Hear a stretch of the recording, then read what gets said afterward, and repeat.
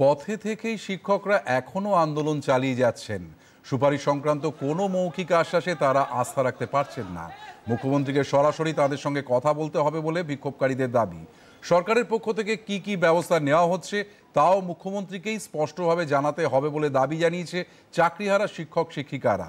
সমস্যার সমাধানে তারা রাষ্ট্রপতি ও প্রধানমন্ত্রীর হস্তক্ষেপ দাবি করেছেন বলে জানিয়েছেন যোগ্য শিক্ষক শিক্ষিকা অধিকার মঞ্চের কনভেনর চিন্ময় মণ্ডল।